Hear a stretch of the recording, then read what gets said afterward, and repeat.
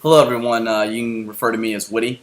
This video is in response to Total Biscuit's daily content patch for June the 20th, where he's talking about the Xbox One and the recent reversal of their used game policies and online policies, checking in and that kind of thing.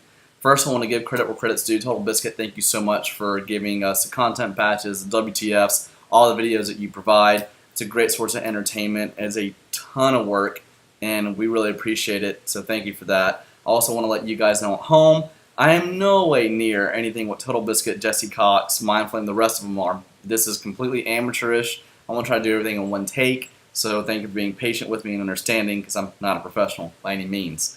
One thing I want to say that Don Matrick, first and foremost, the guy who you've been seeing all the talking points for the Xbox and everything else, he's a bloomin' idiot. I'm sorry.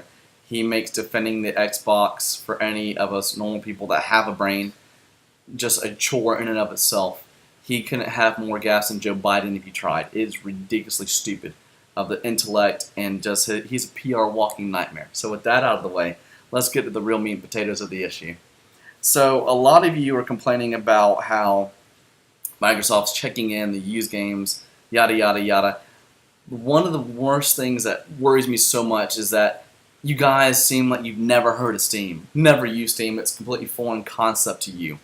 I think the computer gaming industry for computers would be far set back from what it is today, and not even close, maybe even close to dead, if Steam didn't come along and did what they did to help revitalize games on the computers. Steam, they came with a great intuitive UI. They made buying games easy, but even more better than that, they made buying new games cheap, and that's fantastic because, for example, the last two Batman titles, I got them, I don't know, a few months ago. I got both the titles, all DLC, like $12 out the door, okay? That is ridiculously cheap, stupid cheap, amazing. I have no problem buying a new game when they cost like that. Steam has deals all the time. Total Biscuit even talks about them. He'll wrap them up and wind them up for you. Not to mention the indie bundles they do and those kind of things. And you don't hear anybody complaining on Steam how they can't resell the games they have or they can't buy used games on Steam. Nothing like that. One of the nice things Steam also does is that within the last year they developed something called the Big Picture, which I'm fortunate enough to have the ability to hook up my computer to my TV. And so I hit the Big Picture button. I sit back here with my little controller and I can control everything on my computer on Steam, playing on the TV over there. No problem. I don't even need a keyboard for anything, and it plays just like my console. And I love Steam. Great, great, great product. The bad thing is that Microsoft, with the Xbox One, that's the direction they were going in. And I'll get a little bit more on that later. But one of the other big things is that Total Biscuit brought up the fact that consumer demand for used games was a big push that shifted Microsoft to this decision. And you may be right, and consumers may have a huge demand for used games. You're exactly right. But if that's the case, why did Steam succeed? You can't have used games on Steam. Everything's a new buy on Steam. And if the used game market is that dependent, then Steam would never succeed to begin with. What would have happened if Xbox One and the Xbox Live Marketplace would have set up a Steam pricing structure, still not allowing used games, and then suddenly the world is open up to this amazing price structures and pricing of all these great, fantastic titles for $20, $15, buying it all day long. A lot of people in the general mass hasn't seen that. That concept is foreign to them. They don't even conceive it. However, that's what Microsoft was going for, at least what they were pathing out to. Now, no, never trust a corporation. I'm not saying to, but in this case, I'm going to give them the benefit of the doubt because that's the ecosystem they were creating with what they were imposing, with the always online requirements, with the no use games, etc., etc. Now, one of the things that a lot of people have also been talking about is the 24-hour check-in. What's the big deal? Your computer's hooked up to online 24 hours a day. Okay, whatever. The funny thing is when you use Steam and every time you load it up on your PC or Mac, it validates itself. So the Xbox One wants to validate itself once every 24 hours. Who cares? It's also updating at the same time as well. And if you're so worried about the Xbox update checking in every 24 hours, do you seriously unplug your connection or unplug your Wi-Fi card from the back of your Xbox 360 now every time you turn it off? No. So what's the problem? PS is also going to let you update automatically when your system's off or sleeping in standby mode. And yet no one's complaining about that. And who's to say that PlayStation isn't, or Sony isn't going to come right back in and they may try checking on things like Xbox is doing, or validating some licenses they may have, or some deals they may give you in the same way. But no one's saying a word about that. And I guess the last thing I'm going to talk about is, just the Steam ecosystem, complaining about the used games. It's ridiculous. What hurts me so much, not really hurts me, I guess it's a first world problem, but what's so frustrating to me is the fact that you had a chance to innovate in this console generation that we've been waiting, 7, 8 years for? And now the next generation is finally out. It allows for innovation.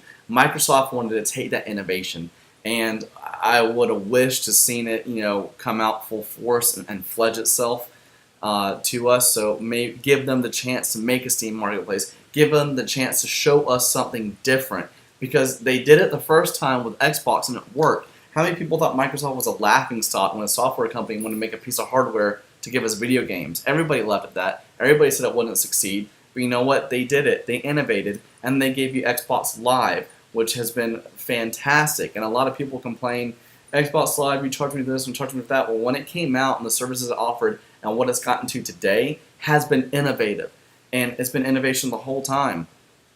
No one's really complained about that. Everybody's enjoyed it. So now when Microsoft tries to do it again, everybody goes up into all kind of craziness, and they shoot themselves in the foot, make Microsoft backtrack, and now you don't have that innovation. And there was one guy who commented, Xbox Live is just crazy because they charge you to watch Netflix. Okay, Einstein, then watch Netflix somewhere else where you don't have to be charged for it. Because if I go buy a Roku box or an Apple TV or whatever else I want to do it on, or say I buy a smart TV that has Netflix built into it, well, I just spent $100 or $1,000 to watch Netflix, what I watch for free anyway. So those kind of comments are stupid. Netflix, Hulu, ESPN, HBO, whatever else the Xbox does, it's an additional complimentary service to the online gaming they already give you. No one's making you pay for it to watch Netflix. Watch on your computer. And one of the last things I want to say is I'm going to put a link to this article in the information tab below the video here. The Xbox One, a lot of people complained about it because Don effing Matrick opened his mouth again and said, well, we have an option for people who want to game offline. It's called the 360. You're a fool. Don is. But listen, guys, for people wanting to go play Xbox on a nuclear sub overseas and everything else, and I want to thank my brother because he's being deployed again for hopefully his last deployment over to Afghanistan, and I want to thank all the military people for helping us serve our country and protect our freedom and our rights, and really, we owe it to you. Thank you. With that said, Microsoft isn't going to let them hang out there dry. People, don't be stupid, okay? And even if that was the case, you really think the military is going to take that for an answer? They'll mod it one way or the other and figure it out. They are smart people, I'm just saying. But Microsoft back in May, which the article I'll show you, they already discussed and they're in talks and they're trying to figure out and trying to alter the system themselves to make it so people can play the game on a military base without any issue, without the constant online connection, etc., etc. They're already working on it, people. So before you start throwing rocks, you may want to look around first. Just saying. The last thing I want to do is read something real quick that one of my friends posted on Facebook. I don't know the source exactly where it came from, but it says Dorkly at the bottom, so I'm guessing that guy or those people had something to do with it. I want to thank you for that, and again, I'm sorry I couldn't properly cite the source, but I'm going to go ahead and read it to you real quick. It's a satirical letter from Don Matrick regarding what happened recently with the reversal of everything, and I think it puts everything back into sense a little bit with some humor, so you maybe realize what's actually going on here. So without further ado, I'm also going to edit this because it does have profanity in it, and, well, anyway. It says, the letter, that's right, we'll drop used game blocking DRM so you can sell a game you bought for effing $60 back to GameStop for $7 in-store credit. We'll drop the required once-a-day internet connection too. Even though all of you require constant 24 internet connections, so you can check out all the latest reposted memes about how Xbone is so darn derpy. Hell, we'll even drop the region locking, because who effing cares at this point? Really, this was our fault. We didn't realize you just wanted the same effing console as before. You know, the one you already own, with slightly better graphics. We were trying to do something new by forcing you to connect to the internet. We would be able to guarantee cloud support for all games, which would allow huge game universes that wouldn't be limited to what we could fit on a disk. By restricting used games, we would guarantee that developers who make the games made money instead of some sane executive at GameStop. But then again, I'm sure you give the same effing crap to Valve over Steam, right? Since they require an internet connection to download games and you can't resell or borrow games through them, right? Oh, wait, that's right. You effing love Steam for doing the exact same. But Steam has great sales all the time, you whine. So maybe we would have too if you would have given us a chance instead of crucifying us 6 months before you even tried the system.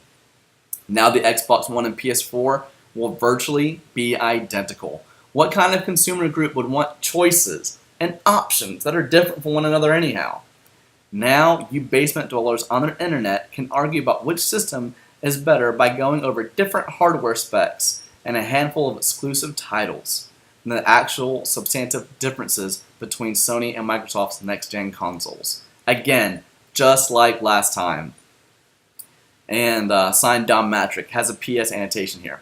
P.S. Oh, and you're whining about Kinect watching you? Yeah, because we really want to watch some out-of-shape 20-something sit in their underwear and play Skyrim for 8 hours straight. You got us. You uncovered our master plan to look at you gross, horrible bodies in a poorly lit studio.